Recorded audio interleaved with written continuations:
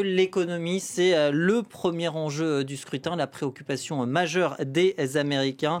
Pour la majorité des électeurs et des électrices, c'est effectivement l'élément qui va déterminer leur vote. Oui, Donald Trump a bien compris ça. Il joue très fortement là-dessus. Il tire à boulet rouge d'ailleurs sur le bilan de Joe Biden, affirmant que l'économie américaine se portait mieux lorsque c'était lui qui était le président.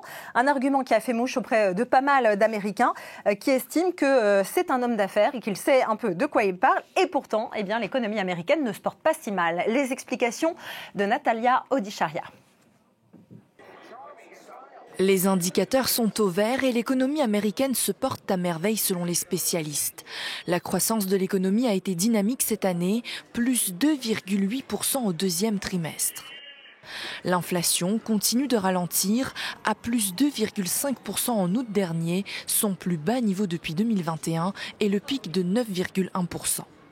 Et puis le chômage, lui, est fixé à 4,1% en légère baisse aussi. Les chiffres semblent donc bons, mais le ressenti des Américains, lui, est très mauvais. L'économie est horrible. Tout a doublé de prix. La nourriture, les assurances, les services publics, tout a doublé. Ce ressenti s'explique en partie par la hausse des prix due à l'inflation. Les salaires, eux, n'ont pas augmenté dans les mêmes proportions, ce qui impacte le pouvoir d'achat des ménages. L'accès à la propriété privée se fait plus rare et beaucoup plus difficile, avec un déficit de 4 à 7 millions de logements qui pousse les prix à la hausse, plus 47% pour les achats et plus 26% pour la location.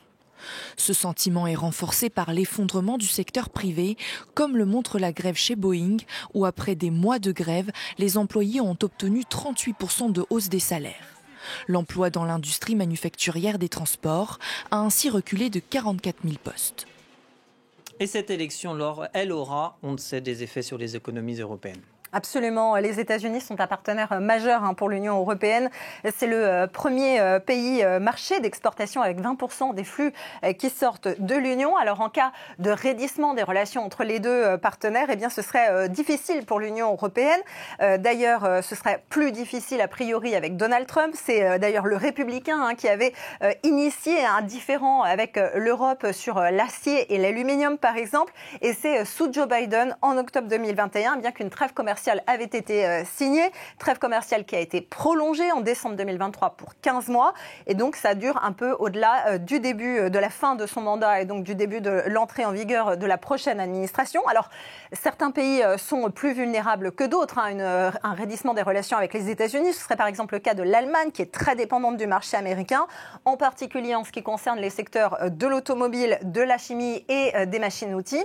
Concernant la France, ce serait embêtant également puisque les États-Unis sont le 4e client des exportations françaises, 45,2 milliards d'euros en 2023. 3 secteurs en pointe, l'aéronautique, les produits pharmaceutiques et puis les boissons et notamment les spiritueux.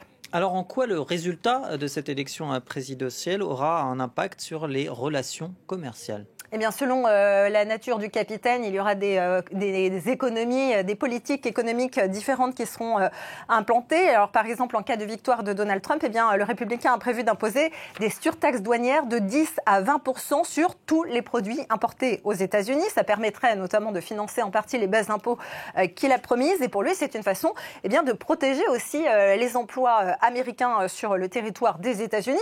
Mais Kamala Harris, elle, critique cette idée, expliquant qu'en fait, ces surtaxes douanières vont finir par représenter une sorte d'impôt à la consommation qui va peser finalement en fin de course sur les ménages américains.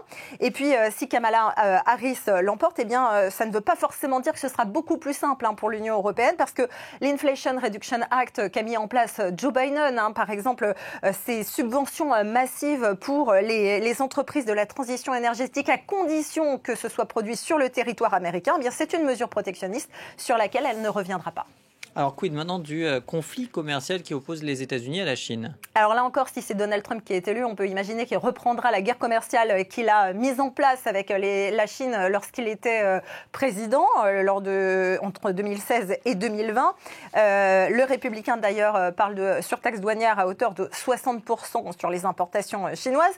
Ça voudrait dire évidemment des mesures de rétorsion du côté de Pékin, qui pourrait d'ailleurs décider de s'implanter davantage sur les marchés européens. Mais là, ça pourrait faire faire du grabuge avec Bruxelles qui pourrait décider de son côté de mesures aussi de surtaxe douanière par rapport aux produits chinois. Donc ça ferait du grabuge. Mais de manière générale, Joe Biden n'est pas un petit ange qui ne fait pas de protectionnisme. Loin de là, l'Union européenne doit tout simplement s'habituer à ce nouveau paradigme avec une Amérique protectionniste qui se tourne de plus en plus vers l'intérieur et vers les intérêts de sa classe moyenne. Merci beaucoup. Laure Manin, l'économie.